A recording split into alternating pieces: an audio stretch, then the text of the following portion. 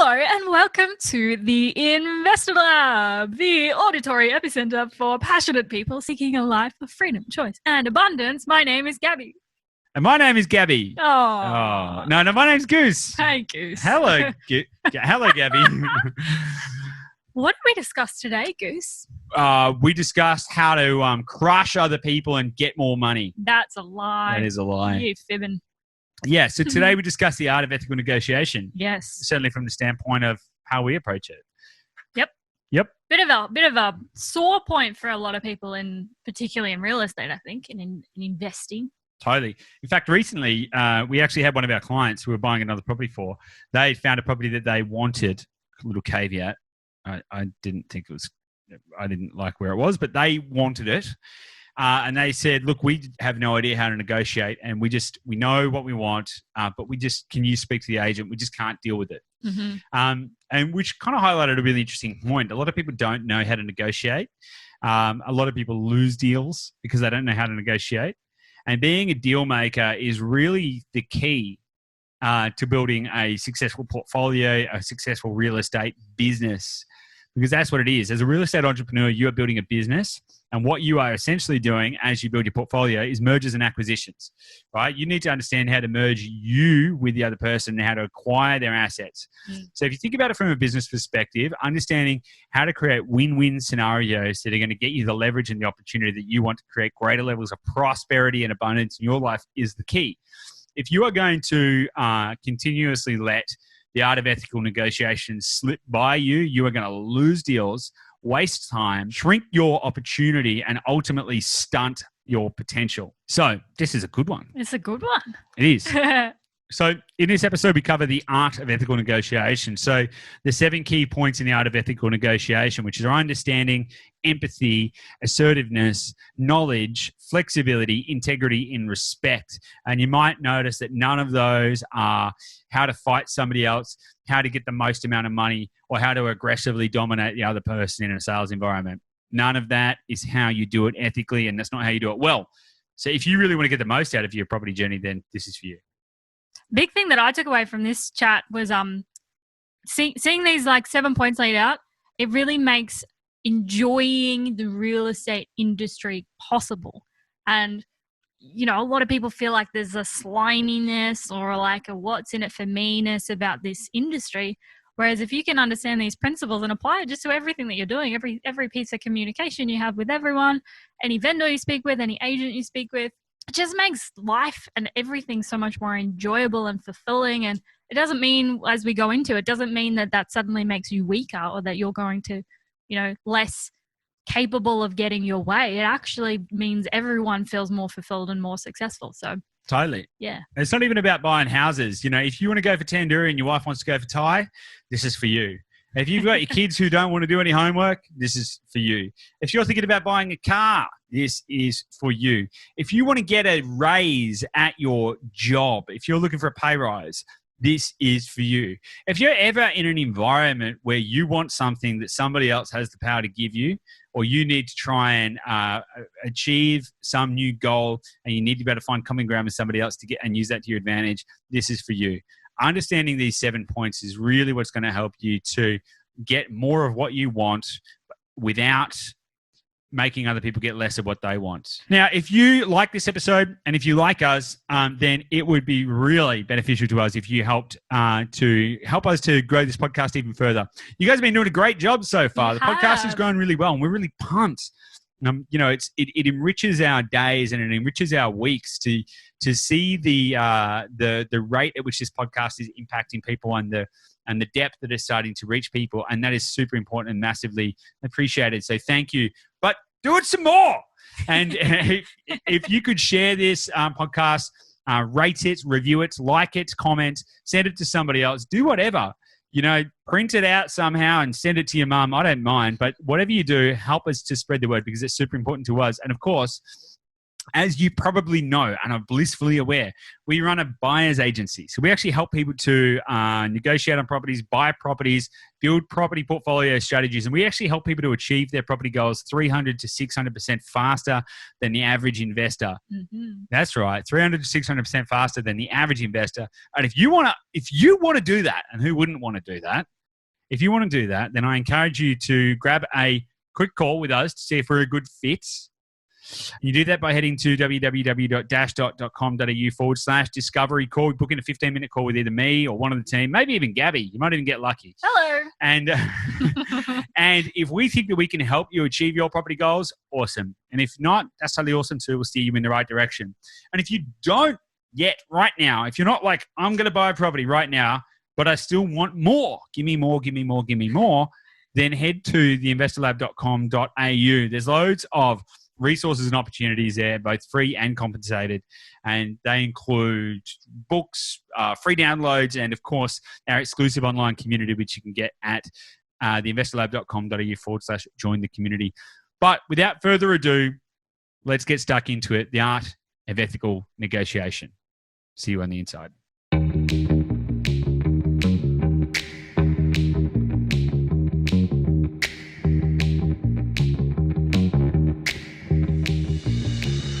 Hey guys, welcome back. Wow. I'm jacked. You are. I am. I woke up at 3:30 this morning and I leapt out of bed. I leapt out of bed like a spring-loaded cat. And I thought, you know what? I'm not going back to sleep. I'm going to read. So I did. I went and read a whole book. Nice. Very good book. What did you read? I'm not sure. It was it was too early. No, it was a book by Keith Cunningham, the ultimate blueprint to blah blah blah. Long title. Yeah. Long title. Short book, long title. Short book, long title, all about accounting. How fun! It's riveting. I'm excited. Actually. I'm excited to read it. It was riveting. So I think I can't remember. I'm a little bit all over the shop. I'm like all over the place like a bag of yabbies in a puddle of milk, and I'm just. I love that saying too. Classic. What you've just made another coffee. What coffee number is that today? Doesn't matter. It doesn't matter. It doesn't matter. What matters though is that we are back and we are here, and we're going to have another exciting, informative, and exponential, expansive, and exploratory podcast episode. What are we going to be talking about today, Gabatron? Look, I thought we'd have a conversation about ethical negotiation. Yes.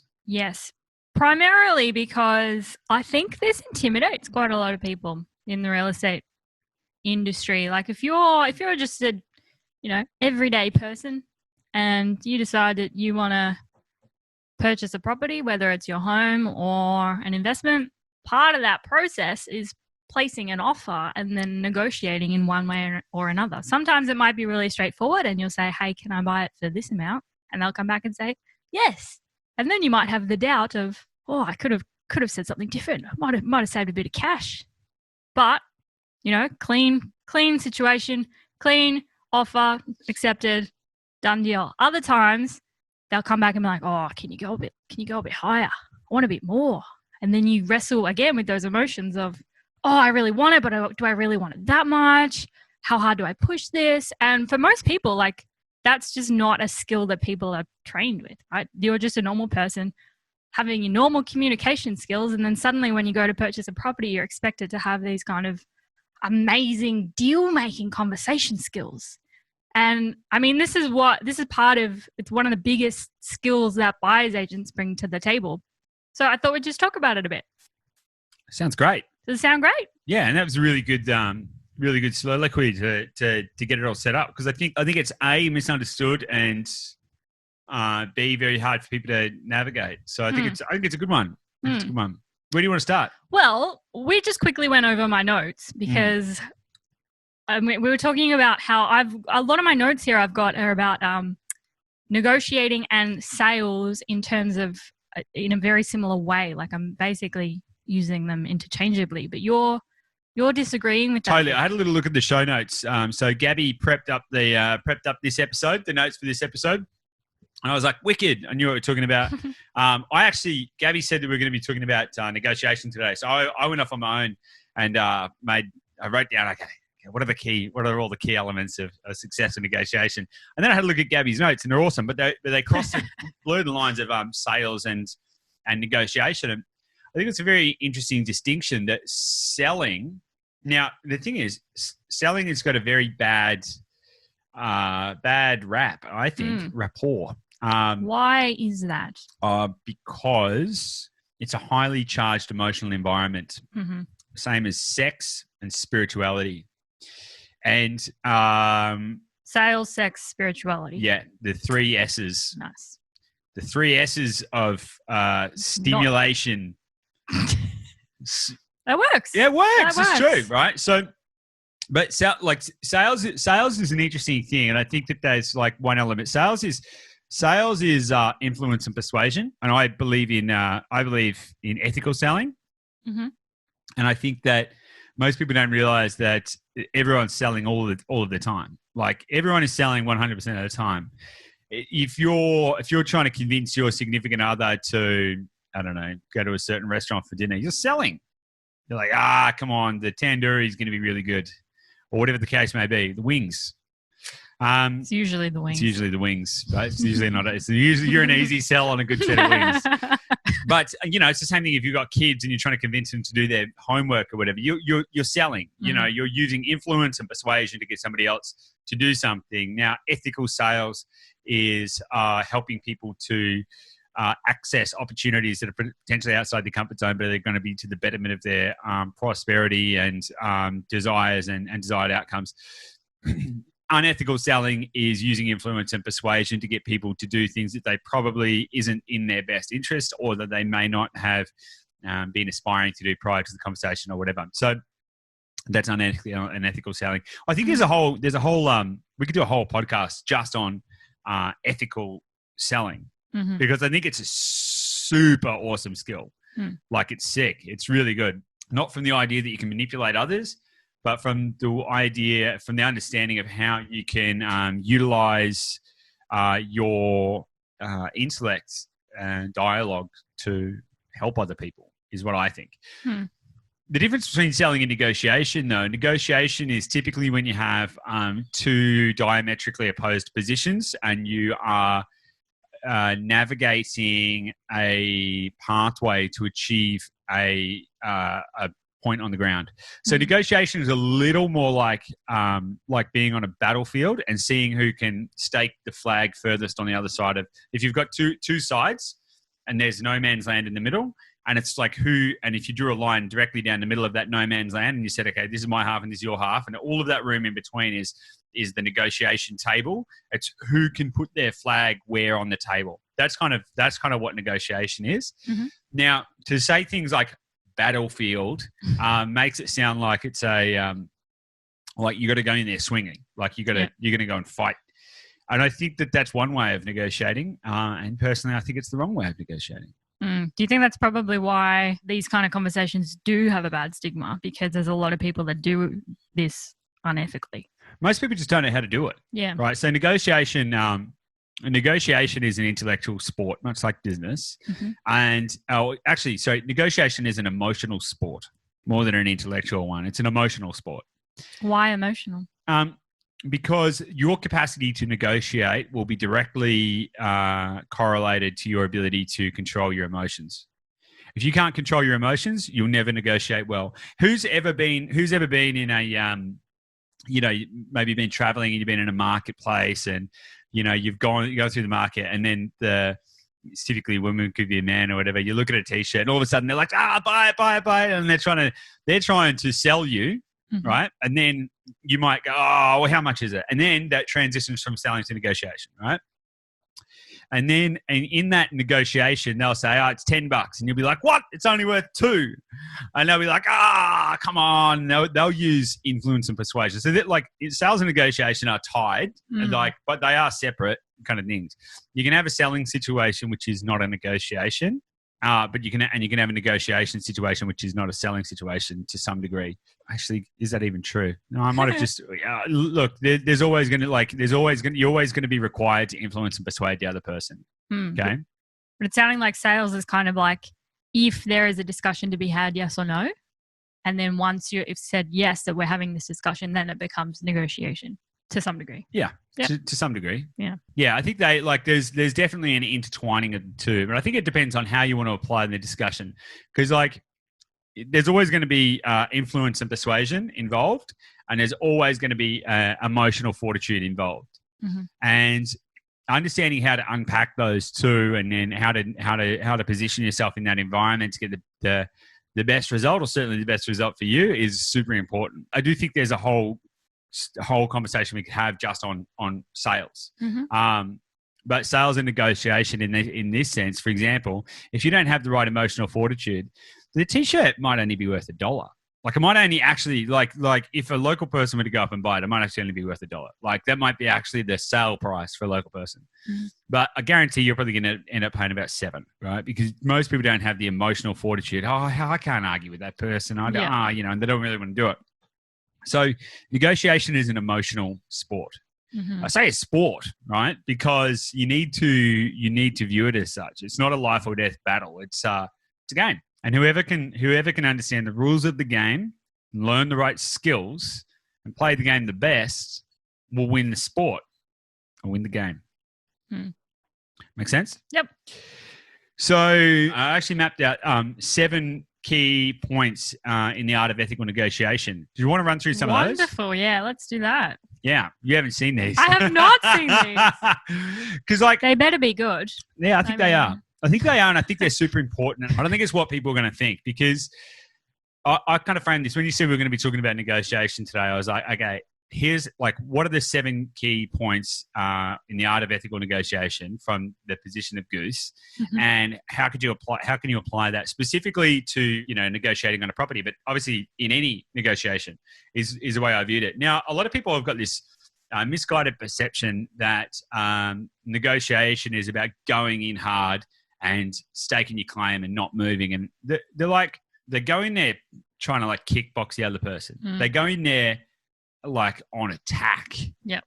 And in fact, I was talking to a lovely woman a couple of days ago who told me that she'd been trying to buy an investment property and she'd had no luck.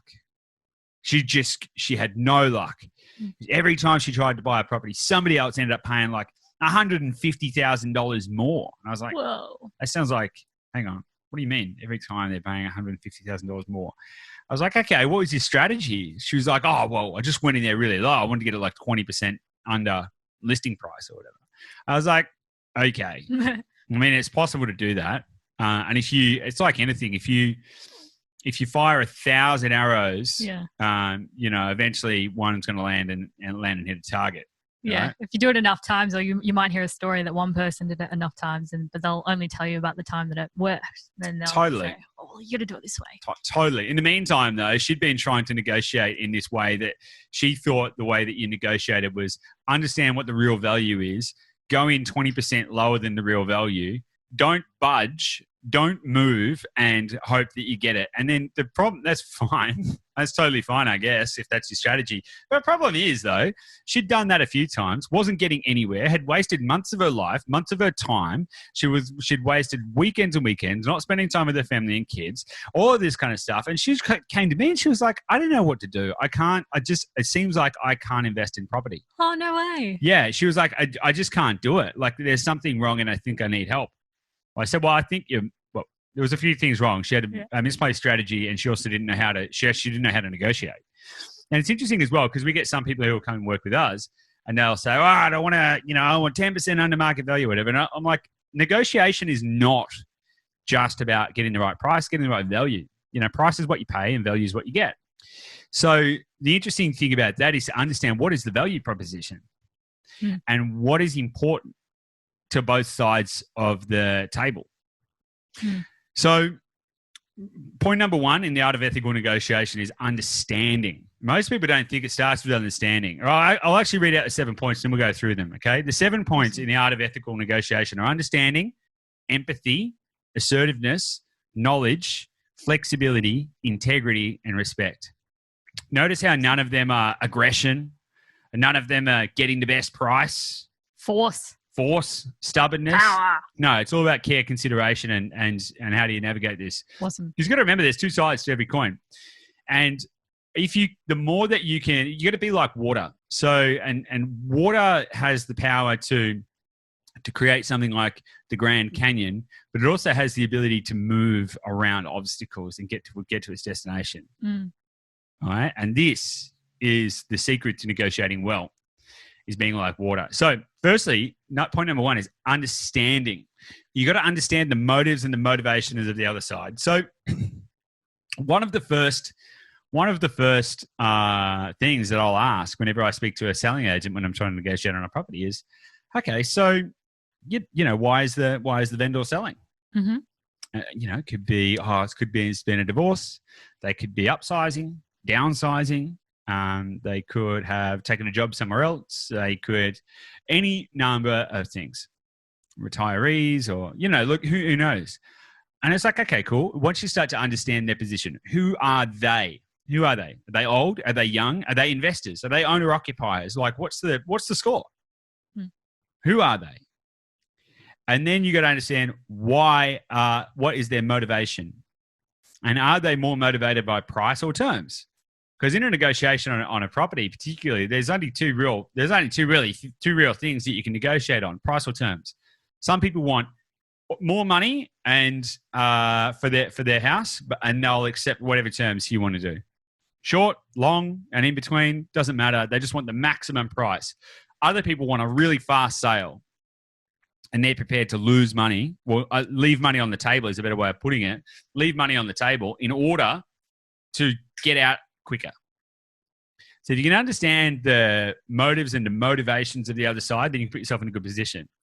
See, if you try and negotiate on price and terms, you're not really allowing the other person, you're not really like giving much. So I'll usually try and go, okay, cool. So what's the vendor motivated by? I don't mix my language. What is the vendor's motivation? Are they looking for price or terms? Ask the question. And usually you'll get an answer. Well, and you can have a bit of course everyone wants both, right? But really, like, let's be realistic here. What are they looking for? What's going to be the best result for them?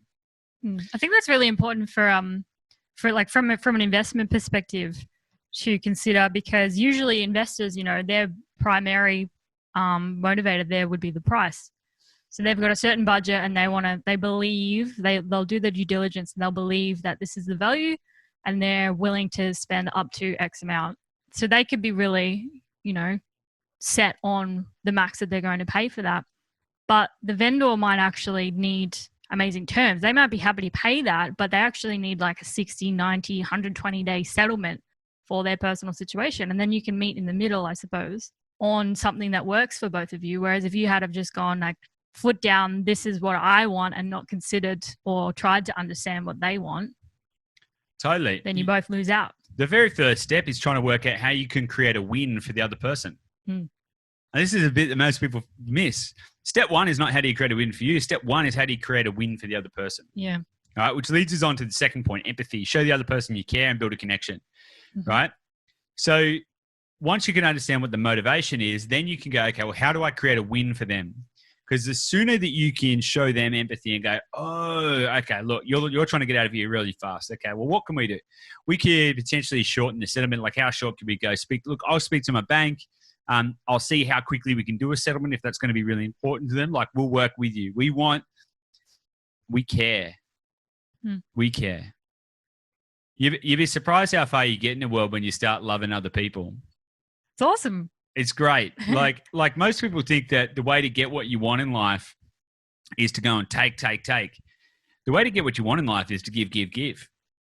Like 100%. Like absolutely 100%. Now, when you give and you love other people, you actually, in turn, usually end up getting what you want as well. But that shouldn't be the reason to do it, but that's usually the result. So showing empathy to the other person is finding out what they need and showing that you care. Being respectful, right? We'll get to respect in it towards the end, right? But if you can understand their motivation, and then if you can try and work out how to create a win for them, and genuinely show that you are taking into consideration their circumstance, their condition, their all of that stuff, then you can start to build rapport. That's great, but at a certain point, you do need to be assertive. Because if you're a pushover and you're like, oh yeah, I'm here to negotiate. What does the vendor want?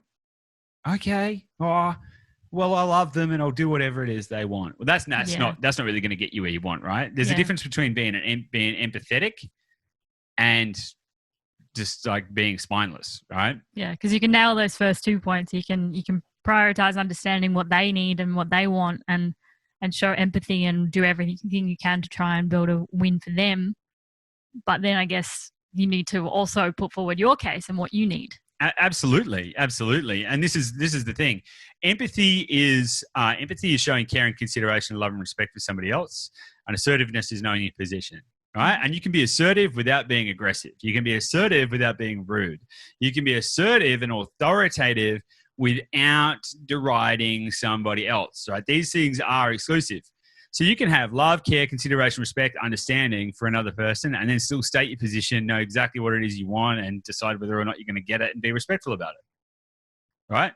And this is all going to wind in together into integrity and respect and a whole bunch of other stuff. And I think by the end of it, you're going to get a really good understanding that the way to get what you want is to know the other person, know yourself, and show respect. But assertiveness is to be clear and concise and direct with what you want. Confidence is key.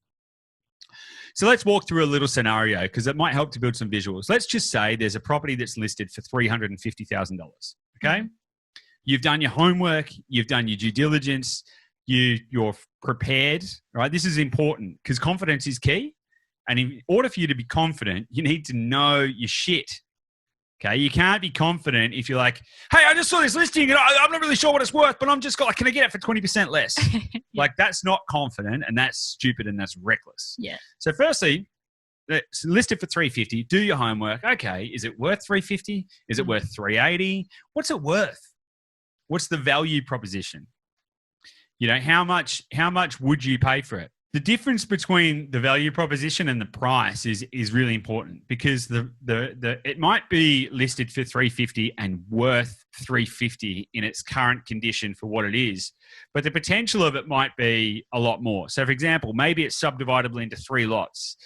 Maybe you can do a cosmetic renovation and increase the value on it, or maybe you can add a granny flat. So the value proposition might exceed what the current value price is. Okay, so you've got to look at the as-is value, and then you've got to look at the future potential value. But let's just say it's a $350,000 house, and you're like, okay, I'm interested in it. I think it's worth $350,000 as it is, but of course, I want to try and get a good deal. All right, so let's just say that you want to pay $330,000 for it. All right. Let's just say. Now you might contact the agent and say, hi, Mr. and Mrs. Agent. How are you today? Yes, great. This is who I am, and I've been checking out the property, and it looks really great. And always pay them a compliment, build rapport. Look, I really, the listing's really good. And I think you've done a great job, and I love the way you described that. And the photos look really good, and you seem like you're doing a lot in the area. And I've been keeping my eye out, and how wonderful and how good. But by the way, has there been much interest in the property? And oh yeah, okay, fantastic. And look, what's the vendor's motivation? What is it that they need most? Okay, because I want to try and create a win-win scenario here. Okay, right. Okay, got it. Okay. Oh, they've already got somewhere else they're trying to move into, but they need to sell this place first. Right. Okay. So it's more important to them that we can do this quickly. Is that right? Is that what I'm hearing? Okay. Wonderful. Great. Well, look, I appreciate the situation. I've done a bit of due diligence on the property, and look, I can be flexible on terms in this situation to make this work for the vendor because I know that this is important to them. But the most I'm prepared to pay for this property is $330,000. Do you think that's going to get it over the line? Because what that is very clear and concise and direct with what you want. This is how much I'm prepared to pay. I understand. I'm prepared to offer you. Cool. I'll do whatever it is you want, and this is my position. And this is what I want to do. Now, you always got to have a window of movement. You never start at your end point. right? But let's just say you're prepared to pay up to $350,000 for it, but you're trying to get a good deal. So be clear, concise, and direct with what you want and confidence, right? Understand what it is you're trying to pay for. Clearly understand. And then number 4 is knowledge. Clearly understand the mechanics of the deal. Okay, so is there an easement on the property? Is there is it currently tenanted? Can we get an inspection? You got to understand all of the moving parts of it, because if you don't understand all of the moving parts and all of the composition of the deal, you'll never be able to understand how to navigate the best value proposition. Because every single piece in the deal is a little lever that you can pull or move. What about this? Is that an inclusion or an exclusion? Do we get this or do we get that? Well, okay, look, all right, I get it. They want $350, but the pergola at the back is like, it's completely rotted and we're going to have to take the whole thing down. It's probably going to cost me $5,000, right? And so if you can understand the mechanics of the deal, then you can start to use your knowledge as a negotiation tool. You go, look, I understand that they want $350,000. I want to pay $330,000. The reason I want to pay $330,000 is, in fact, I noticed that there was 2 houses quite similar to this, just a block away. I now actually only sold for $320,000. Now, I respect that this house is maybe in a slightly better spot. Maybe there's slightly less public housing in this street, but I've also noticed that there's a covenant, or there's an encumbrance, or that there's an easement, or look, I think maybe actually I can maybe do 340, but it's going to be subject to building and pest and finance. You've got to understand the mechanics of the deal and make sure you've got enough maneuverability. Does that make sense? Have you got any questions on that, Gabby? Yeah, I was just thinking, I feel like this is where a lot of people go wrong, right? This is, if you're a less experienced investor or negotiator in anything, there's a lack of patience to actually do the due diligence to this level. Yeah. Because they kind of, they find a deal and then they get scared that they're going to lose it. So they'll just call straight away and try and make an offer and not do any of the research. And I think part of all of this is you do it enough times, you build up the muscle and you get practice and you get better and you get quicker every time. So like for us, if we find a property that's like an amazing opportunity, we can do full DD on it within like 20 minutes, half an hour if we need to. But most people, if you're just starting out, particularly, that it might take them a few hours, a day, 2 days trying to figure out, like, is this actually what I need to be doing next? Is this actually worth what I believe it is? Is it actually got the value that I need right now? And most people don't have the patience to do that. So they jump ahead and they try and get the answers out of the agent who might not be giving you the full picture. And I mean, that's why you end up doing inspections and things, to give you a bit more of the picture. But you're right, you need to do as much knowledge building about the value prop before you even pick up the phone. Yeah, totally. Because then you'll know how you can move. Because negotiation's a dance. It's not a fight. It's a dance. Yeah. You've got to know how you can move and like what tools you've got in your toolkit, what moves you've got up your sleeve. How are you going to dazzle the other person, and how are you going to show them that you're the right suitor? Because really, at the end of the day, somebody has to yield. Somebody has to yield. And in fact, if you don't yield in a negotiation, you're probably a fool, right? But you've got to understand, you've got to set yourself up to only yield as much as you know that you can or should. So, for example, if you know that you want it for $330, but the numbers still work for you at $345, right? The numbers still work for you, and it's still a really great deal at $345 because you can say subdivide it, and they haven't advertised it like that, and maybe they're not really aware or whatever. But you've seen it, you've worked it out. you can subdivide it, and you're like, the numbers stack up, and this is a sick deal. It yields really well, and it's really good at $345. You might start at $330, but you might know, okay, look, ultimately, if this is a great deal at $345, I can move to there, and I can still be comfortable in that. It doesn't mean you don't. It doesn't mean you just walk in and go, hey, I'll pay $345, take it or leave it, catch you later. No, you go in and you know how you can move and shift, because, of course, why wouldn't you want a slightly better deal if you could get it? And particularly if you can still do that in a way that is going to benefit the vendor, right? Hey, I can get this for $330 and you get what you want, which is a quick sale. Win-win. That is fantastic. Which is the goal. That's the goal. Yep. It's a win-win. Yep. There's got to be a win on both sides. A bad negotiation is one where only one side wins. And I think that's where most people go wrong with it, is they think they need to beat the other person rather than win with the other person. Yeah, and it's technically not even a win then. Like, you might think it's a win, but the other person's like, this was a terrible experience. No, if a win creates a loss, it negates itself. It becomes neutral. Yeah. So if your win creates somebody else's loss, then you have transferred energy and created a void in order to create some matter. And when you do that, it cancels itself out on a universal energy level. You shouldn't be aiming to do that. A win should create a win. Mm-hmm. If a win creates a loss, then you've taken advantage of someone. And I'm pretty sure most people don't like, well, I don't want to take advantage of other people. No, of course you don't. No. So, like, this is where ethics comes into it. Awesome. So, Number 5, flexibility. Be like water. Flow around obstacles to get where you want to go. Undoubtedly, you're going to be dealing with personalities, emotions, technical obstacles, legislative barriers, all kinds of different stuff. You could have things changing and shifting at the last minute. You could do a building and pest inspection and there's termites, for example. And so understand how to move around these. Maybe you do a building and pest inspection and there are termites. So do you stop and walk away and go, nope, there's termites, I'm out? Or you could do that. Or you could say, well, the value proposition is actually still really good. But I understand my numbers. I know my position. And look, I do care for the other person. But in fact, it's going to cost me $10,000 to replace that wall and to get a full treatment in here and to do all of that kind of stuff.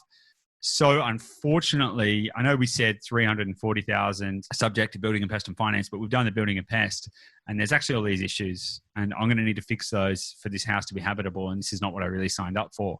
So how can we navigate this together? Because if you want to sell the house and I still want to buy it, it's just that we've found an obstacle. We need to move around it. So being flexible and being like water, the end of the goal is to get from where you are to where you want to be. Right. And if you stop every time you come across an obstacle, you're just never going to get anywhere.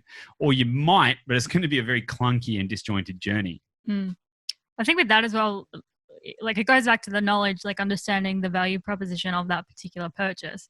But it's also like a deep self-awareness of what you need and what you're capable of as an investor. So like one person might be totally fine emotionally and mental capacity and physical capacity to manage, a small renovation where there might be a small like cosmetic defect in that building report. But another investor might completely just be like, I'm not doing any works to it ever, not ever, but like this purchase right now, it does not involve any renovations whatsoever. So it's knowing that, before you even go into that. And I think it's hard because a lot of the time you don't ask yourself those questions until you get the choice, until there's like, this is the situation. How do you want to handle it? And I think that's when people react emotionally, right? They think, well, I don't want to lose the deal, so I'll just do it. Whereas it might not ever work for them. Yeah, well, that's it. That's where knowledge comes into it, right? That's where knowledge and assertiveness comes into it. You've got to be empathetic to the other person and you've got to be fluid, but you've also got to know your position. Yep. How do you handle a negotiation where the other side is being inflexible? So you're trying to be leave. like, you usually leave. Yep. But you know what I mean? Like you're trying to be flexible and they're just like, no, this is it. This is how it is. I usually leave. Why? Because that's not the kind of world that I want to operate within, which I think leads us on to the next point quite nicely. Point number 6 is integrity. Operate with a clearly defined set of moral guidelines. Nice. Right. So I have found deals which have stacked up on due diligence, and when I've called the agent, they have been rude, inflexible, and unwilling to engage in any kind of meaningful discussion. And I've just said, okay, cool, thanks, catch you later. Bye.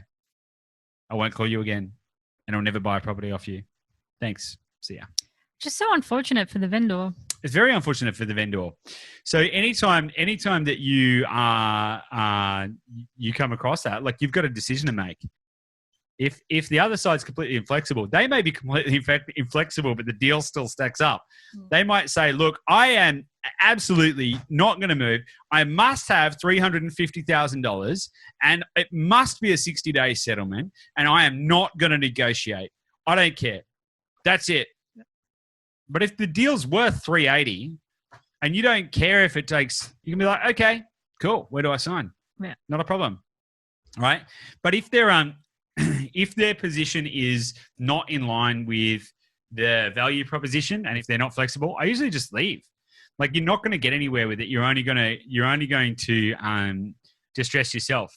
Now, what you can do though is you can keep an eye on it. And here's a little hack, because some people are inflexible and they're very stubborn, and that stubbornness usually bites them in the ass. And so if you happen to see that deal is still on the market 3 months later, you might go back and go, look, are you still an ass? Yeah. Have you stopped being a dick? Do you want to have a discussion now or not? Please ask it that way. Yeah, because hello, Mr. Vendor. Have you stopped being a dick yet? No, but look, let's be real. Like, you've only got so much time and energy in a day, and do you want to waste it trying to fight battles that you're probably not going to win when somebody else doesn't want to win with you? Yep. Right. And you've got to operate with a clearly defined set of moral guidelines. Firstly, you've got to care and love for other people. Secondly, you've got to be ethical, honest, open, and transparent. You never try and cheat anyone. Never try and take advantage of somebody else. I mean, like, crikey. And if you were negotiating a deal with someone who was financially or emotionally handicapped, right, in some way, how would you feel about taking advantage of them, driving the screws in? You know, how would you feel about driving them down to get every last dollar out of the deal? If that's you, then this is probably not the podcast for you. Catch you later, right? But the reality is, you've got to operate with a clearly defined set of moral guidelines. Hey, maybe your moral guidelines say, I don't care about anybody else and all I want is money. Great. Then you should probably only look for deceased estates and hit them hard as soon as the person's passed away, and drive the screws in whilst they're emotional. That'll good. Go for it. That's not how I like to operate. No. Right? And how I like to operate is with a clearly defined set of moral guidelines that are based on the betterment of our community at large. And that means that you operate in a way that you want the world to be, which is kind, considerate, loving, flexible, complimentary, all of that kind of stuff, because you can still get what you want. You know, the reality is my negotiation skills on properties are very good. I get very good prices and I negotiate very good deals and I don't lose very many good deals. And the reality is, the reason that happens is because I understand the position that we're at. I understand the deal very deeply, and I also understand how to find the winning situation for somebody else whilst also creating win for our clients. Right? And if you can combine all that together, you're going to be in a better position. So understanding how to operate in that environment is important, and also understanding when to say no and walk away if somebody else is acting in a way that is incongruent with your set of ethics and moral guidelines is very important too. Sweet. Final point is respect. Respect yourself, respect the other side, and know when to hold them and know when to fold them. Right? Respect is really important. You can get to a point in a negotiation where you just don't agree with someone, and that's okay. And you can just very clearly say, look, it appears that, look, I understand and I respect your position. I understand why you're selling. I understand what you're trying to achieve, but it just doesn't seem like what I want and what you want are going to meet in the middle. And so maybe we're not going to be able to do a deal here. That's it. Yeah. Walk away. Knowing when to hold them and knowing when to fold them is the critical thing. And a lot of people let they operate their negotiation on like using their emotional position. Oh, I'm so far into this negotiation now. And it's like, no, does it stack up or not? Okay, is it a good deal or is it not a good deal? Does it still work for me? Does it still work for the vendor? Is everyone getting what they need out of this? Is it still a good deal? This is the big question. Is it still a good deal? You can apply this to anything. It's not, have I got the cheapest price or have I won the most points? Is this still a good deal?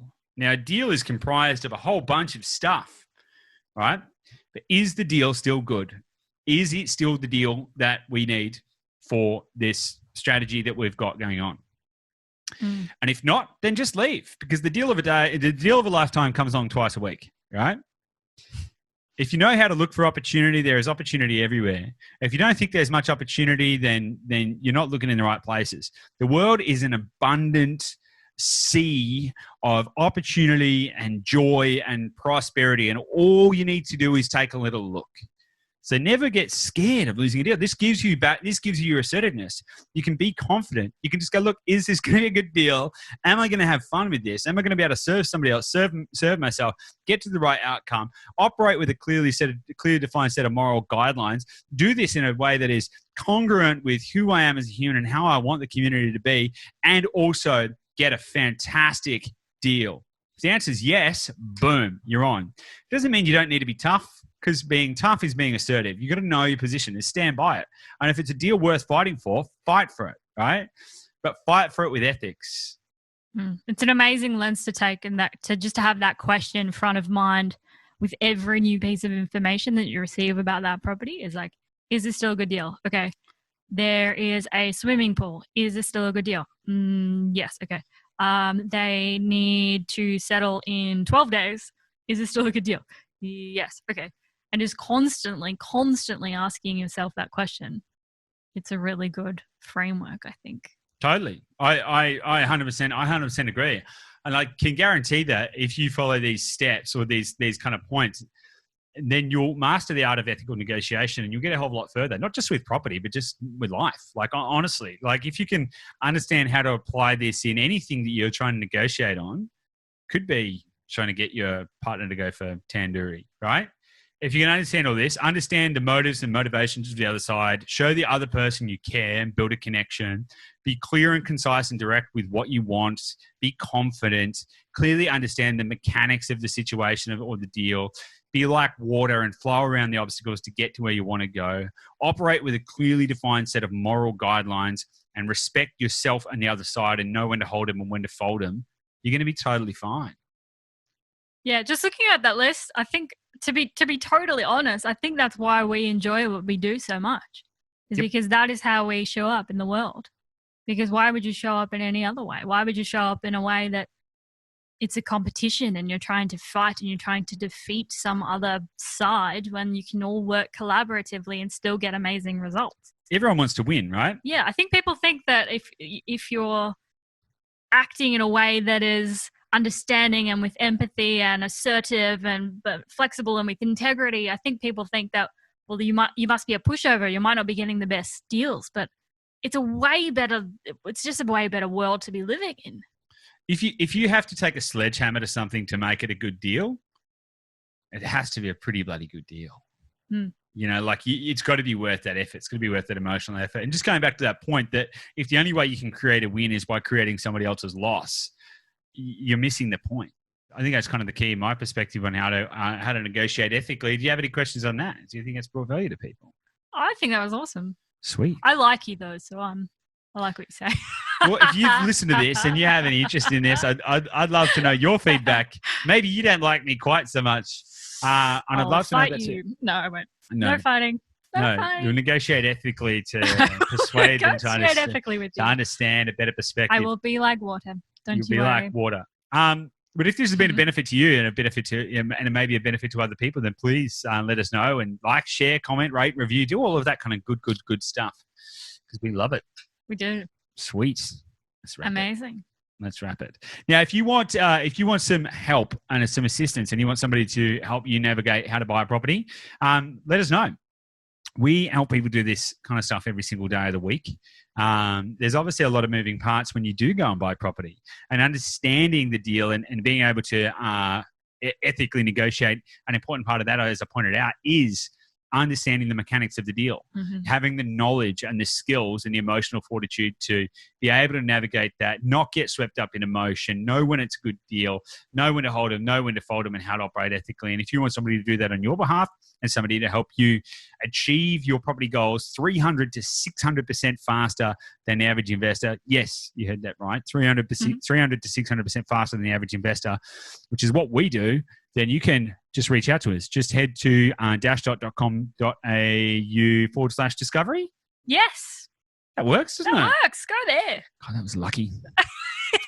Making it up. I was like, is that the right idea? It'll Yeah. work Anyway, later. head there, book it a 15-minute call. Let's have a chat. And if I think that we can help, then sweet. If not, sweet. Because if it's not a win for you and it's not a win for me, then it's not a win for both of us. Then we're not on. But if it is a win for all of us, then let's get it going on. And if you have listened this far into the podcast and you haven't switched off, then I want to thank you personally. Thank you. Thank you. Thank you. You know, our podcast is growing at a great rate, and we are pumped because that means that people like you find value in what we're sharing. We want to provide more value. If you can give us some feedback on what you love, what you hate, what you want to know more about, then we can start to craft this audio ecosystem in a way that you desire. You can start to paint the textures of your own audio sphere, and we will be your paintbrush. So with that, and if you want to get access, do you like that, Gabby? You come up with some great ones. Yeah, it's good, isn't it? It's good. Anyway, if you want to get access to us, then just head to, as I said, www.dashdoc.com.au/discovery. If you want to access free resources, guides, tools, and of course, our exclusive online community, then head to www.theinvestorlab.com.au. Thanks for being part of this awesome journey. Thank you. See you on the inside. Bye.